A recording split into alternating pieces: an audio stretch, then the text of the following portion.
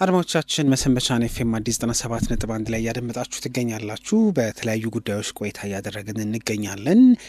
የዓለም አትሌቲክስ ውድድር ሲጠቀስ በተለይ የማራቶን በቅርብ የባርሴሎና ማራቶንን በማሸነፍ ለመጀመሪያ ጊዜ በተወዳደረችበት የማራቶን ውድድር ላይ አሸንፋ የዓለማችንን ሁለተኛ ፈጣን ሰዓት አስመዝግባለች። በዓለም አትሌቲክስ የነሐስ ደረጃ የተሰጠው የባርሴሎና ማራቶን ውድድርን ተሳትፋ ነው እንግዲህ በውድድሩ በታሪክ ሁለተኛውን የዓለም ፈጣን ሰዓት ያስመዘገበችው አትሌት ፎቴን ተስፋዬ እንግዲህ 2 ሰዓት ከ10 ደቂቃ ከ53 ሰከንድ በመግባት ነው ያሸነፈችው። በውድድሩ ሌሎች ኢትዮጵያን አትሌቶችም ተሳትፈው ውጤታማ ሆነዋል። በዓለማችን ላይ የሴቶች የማራቶን ሪከርድ ሆኖ የተመዘገበው በኬንያዊቷ አትሌት ነው። ከኬንያዊቷ አትሌት ቀጥሎ ደግሞ የኢትዮጵያዊቷ ጀግና አትሌት ትዕግስት አሰፋ ሰዓት ፈጣን ነበረ እና ፎተን የኢትዮጵያዊቷን አትሌት ትዕግስት አሰፋ ሪከርድ አሻሽላለች። የዓለማችን ሁለተኛው ፈጣን ሰዓት ሆኖም እንዲመዘገብ ሆኗል።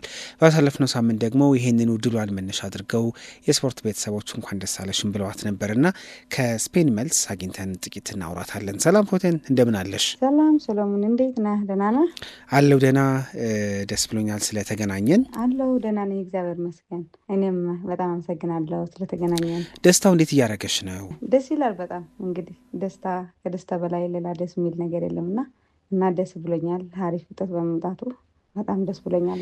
እስከማቀው ዓለም ሻምፒዮናም የኦሎምፒክ ውድድር ላይም ኢትዮጵያን በትራክ ላይ ውድድር ወይ ደግሞ በመም ውድድር ላይ ነበረ ስትሳተፊ የነበረው። አሁን ፊትሽን ወደ ማራቶን አዙረሻል ማለት እንችላለን? አዎ ልክ ነህ። ትራክ ነበርኩኝ፣ ኦሎምፒክ ሻምፒዮና ሞክያለሁ። እንግዲህ እዛ ነበረ እንደዚህ አይነት ስራዎች መስራት የፈለግኩት። ሁሉም ሰው የሚመኘው ነውና እንግዲህ የፈጣሪ ጉዳይ ሆኖ እዛ አልተሳካልኝም። ከዛ ከሻምፒዮና በኋላ ስመለስ ሀፍ ማራቶን ከዚህ በፊትም ሩጫ ያለው አሪፍ ሰዓቶች አሉ። 03 ሁለት ሩጫ ያለው በአንድ አመት ውስጥ በወራቶች ውስጥ እና ከዛ የተነሳ ነው። ከዛ ሳስበው ደግሞ ማራቶን በሞክረውስ ምን ችግር አለው ብዬ ወደ ማራቶን ማሰብ ጀመርኩኝ። ከሻምፒዮና በኋላ ነውና ከሻምፒዮና ስመለስ ወደዛ ዝግጅት ጀመርኩ። ማራቶን በጣም ከባድ ነው። እንዴት አገኘሽው? በመጀመሪያ ውድድርሽ 2 ሰዓት ከ10 ደቂቃ አካባቢ አምጥተሽ ነው ያሸነፍሽው እና ከባዱ ውድድር እንዴት ነበረ? ማራቶን አዎ ከባድ ነው። በእርግጥ ግን ለእኔ እንደዚህ የሚያክል ሊቀለኝ የቻለው ትንሽ ሀፍ ማራቶን ደጋግሜ ሩጫ አለው። ከ3-4 የሚያክሉ ሀፍ ማራቶኖችን ሩጫ አለው እና በዛ ላይ ሀሪፍ ሰዓት የሚባለው ሰዓቶች ነው የረጥኩት ደጋግሜ። የዓለም 3ኛ ሰዓቱ የኔ ነው ሀፍ ማራቶን እና ዝግጅት ላይ በጣም ነው የሰራሁት። ዝግጅት ላይም በጣም ተዘጋጅቼበታለሁ እና እንግዲህ ሀሪፍ ውጤት አመጣለሁ፣ ጥሩ ሰዓት መሮጥ አለብኝ ብዬ ዝግጅቱ በስነ ስርዓት ሰርቼ ኮችን የሰጠኝን ሁሉም ነገሩ ተዘጋጅቼ ሰርቼ በስነ ስርዓት በደንብ ትሬኒንግ ላይ ሰርቻለሁና እሱ ነው ሊያግዘኝ የቻለው ሀሪፍ ሰዓት ሊመጣ የቻለው። የሰራሁትን ስራ ሁሉም ነገሩ ሀሪፍ መሮጥ አለብኝ ብዬ አስቤበት ነው የሄድኩት። በመጀመሪያ ውድድር ማሸነፍ፣ በመጀመሪያ ውድድር የዓለማችን ሁለተኛ ፈጣን ሰዓት ለሪከርድ ለክብረ ወሰን የቀረበ ሰዓት ማስመዝገብ ከአሸናፊነቱ ጋር የተቀናጀ በጣም ደስ የሚል ስሜት እንዳለው አስባለሁ። እንዴት ነው ያ ስሜት? እንዴት ይገለጻል? ደስታ ነው የምለው። እንግዲህ ሌላ ምንም ማለት የደስታው ጥግ መግለጥ አልችልም። በጣም ደስታ ተሰምቶኛል እና ደግሞ ሰው ሲለፋ ሲሰራ ብዙ ነገሮችን እንደ ምን ልበል ብቻ የምገልጸው ቃላት የለኝም። የደስታ ጥግ መግለጥ አይቻልም እና ፈጣሪ ይመስገን እንደሰራ ነው። ብዙ ነገሮችን ለፍተን ጠዋትና ማታ ብዙ ሰዎችን ከኔ ጋር ለፍተዋል እና በቃ እሱ ውጤቱ ሪከርድ ባይመጣም ሰዓቱ እንደዛ ሀሪፍ ሰዓት በመሮጣችን ደግሞ በጣም ደስታ ተሰምቶኛል። ከድሉ በኋላ እነማደወሉ ምናሉሽ? በተለይ ባለ ክብረ ወሰኗ ትዕግስት አሰፋ እንዲሁም ሌሎች የስፖርት ቤተሰቦች ጋር የማውራት እድል ነበረሽ? አጋጣሚ ገመደው ከኔ ጋር ነበረ አሰልጣኝ እና አባቴ።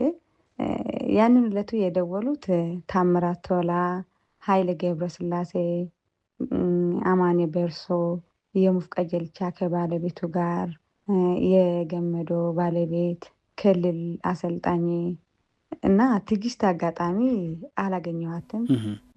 የነበረው ደስታ በጣም ደስ የሚል ነው። በቃ ምን ልበል እኔ ምንም የደስታ መግለጥ አልችልም እና በጣም ደስ የሚል ደስታ ነበረ።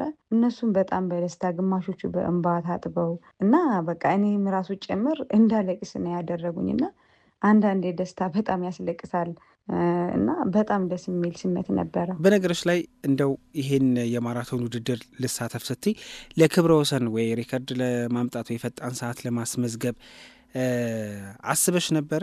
ግብሽ እንዴት ያለ ነበረ? እኛ በደንብ ተዘጋጅተን የሄድነው በደንብ ሰርተን ትረንግ በጣም ነው የሰራሁት እና ትረንግ በጣም ስለሰራሁ እንግዲህ ከፈጣሪ ጋር ጥሩ ሰራለሁ ጥሩ ሮጣለሁ ብዬ ነው የሄድኩት። እንግዲህ ሪከርድ ውስጥ ነበርን። የፈጣሪ ጉዳይ ሆኖ እንግዲህ ሪከርዱ አልተፈቀደም። እንደዚህ ሰዓት መምጣቱ ሀሪፍ ሰዓት በመሮጡ ደግሞ በጣም ደስ ብሎኛል። እንግዲህ ከፈጣሪ ጋር እሱ ያለው የሆነው እኛ ያሰብነው ሳይሆን እሱ ያለው ስለሆነ እንግዲህ እንደዚህ ሊመጣ ችለዋል ማለት ነው። ፎተን እንግዲህ ይሄ ትልቅ ድል ነው። በጣም ደስ ብሎናል፣ አኩርተሽናል። ቀጣይ ምን ታስቢያለሽ? ሪከርዱም ክብረ ወሰኑም መሰበር ስላለበት ለቀጣይ ከፈጣሪ ጋር ከዚህ በላይ ጥሩ ስራ ሰርቼ ሀሪፍ ውጤትና የቀረውን ሰዓት ለመሙላት ከፈጣሪ ጋር እሰራለሁ እልፋለሁ ብዬ አስባለሁ። እድሜና ጤና ይስጠኝ። እንግዲህ ጥሩ ስራ እሰራለሁ ብዬ አስባለሁ፣ እመኛለሁ። እሺ፣ በጣም እናመሰግናለን። ከዚህ በኋላም የተሳካ ህይወት እንዲገጥምሽ እመኛለሁኝ። እኔም በጣም አመሰግናለሁ ሰሎሞን፣ ለነበረን ጊዜ በጣም በጣም አመሰግናለሁ። ፈጣሪ አክብርልኝ። እሺ፣ መሰንበቻ አድማጮቻችን ይመለሳል። አብራችሁ ነው